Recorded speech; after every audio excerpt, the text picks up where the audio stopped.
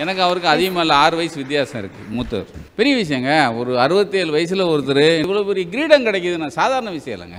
Award கொடுக்க போகிறதா எங்கள் பிகைனூர்லேருந்து ஃபோன் பண்ணார். நம்ம ராம் தான் ஃபோன் பண்ணார், ராம்குமார். இன்னைக்கு காலையில் தம்பி யாருக்கு கொடுக்க போகிறோன்னு ஏதாவது சொல்கிறீங்களான்னு கேட்டேன். அது கொஞ்சம் சீக்கிரட்டாக நேற்று வரைக்கும் வச்சுருந்தாரு. இன்னைக்கு காலையில் இல்லைண்ணே, அவர் டாடி இந்த கறியெலாம் சமைப்பார், அவருக்கு தான் அப்படின்னாரு. எனக்கு கோச்சிக்கூடாது, நான் நிறைய பார்க்கல.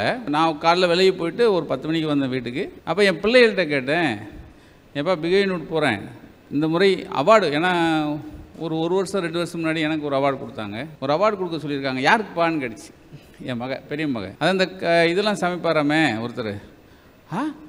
ஆர்மூன் தாத்தாக்கா அப்படின்னு. இதுதான் விஷயம், ஆர்மூன் தாத்தாக்கா அப்படின்னு. என் மக, பெரிய மக உடனே அது வாயிலேருந்து வந்தது. நம்ம வீட்டில் ஒரு தாத்தாவுக்கு இருப்பாங்க இல்லையா, ஆக எல்லார் வீட்டையும் தாத்தா இடத்த ஆக்குபேட் பண்ண ஒருத்தருக்கு தான் இன்றைக்கி வந்து நம்ம வந்து பிகைனூர் இன்றைக்கி அவார்டு கொடுத்துருக்கு.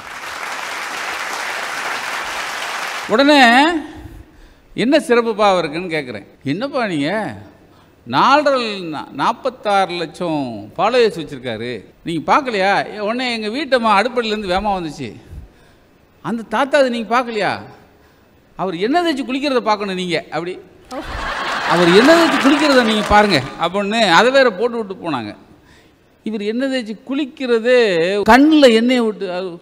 அதாவது நாம் கிராமத்தில் இப்போ எங்கள் பகுதியிலேருந்து தான் வந்திருக்காரு. நான் சிறு வயதில் நான் பார்த்த பெருசுகளை இப்போ வந்து இவர் கண்ணு முன்னாடி கொண்டு வர்றார் ஒன்று.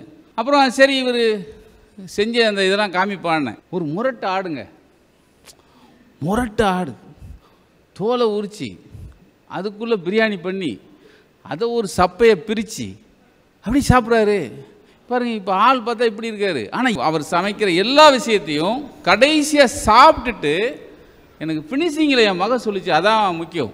இப்போ பெரிய பிரம்மாண்டமாக சமைப்பாங்கப்பா, சமைச்சிட்டு எல்லாத்தையும் பேக் பண்ணி இல்லாதப்பட்டவங்களுக்கு கொண்டு போய் கொடுத்துட்றாங்க.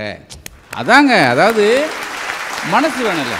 அதாவது இந்த லாங்குவேஜ், இப்போ இத்தனை லாங்குவேஜ் பேசுகிறாருல, இதுக்கு பின்னாடி அவர் வந்து ஆர்வமாக கற்றுக்கல, பொழப்பு தேடி எல்லா ஊருக்கும் போயிருக்காருங்க. அதான் விஷயம்.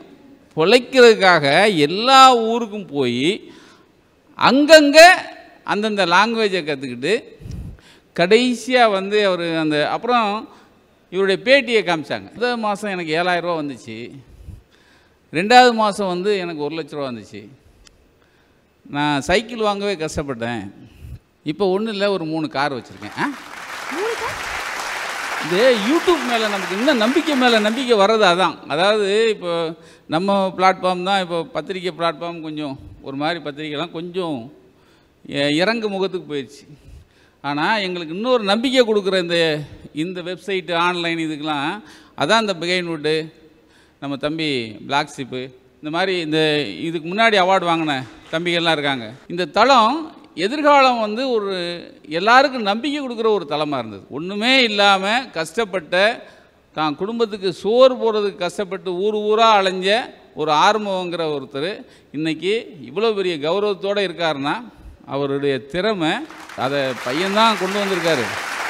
ஆனால் அவர் பாருங்கள், பேசும்போது எந்த இடத்துலையும் அவர் தன்னை சொல்ல மாட்டேங்கிறார். அவருடைய பேட்டியிலையும் பார்த்தேன், என் பையன்தான். எல்லாரும் வந்து அப்பந்தான் பையனை முன்னேற்றுவாங்க, ஆனால் பையன் என்னை முன்னேற்றிருக்காரு. இதெல்லாம் ஒரு மனசு வேணும். உண்மையிலே அவருக்கு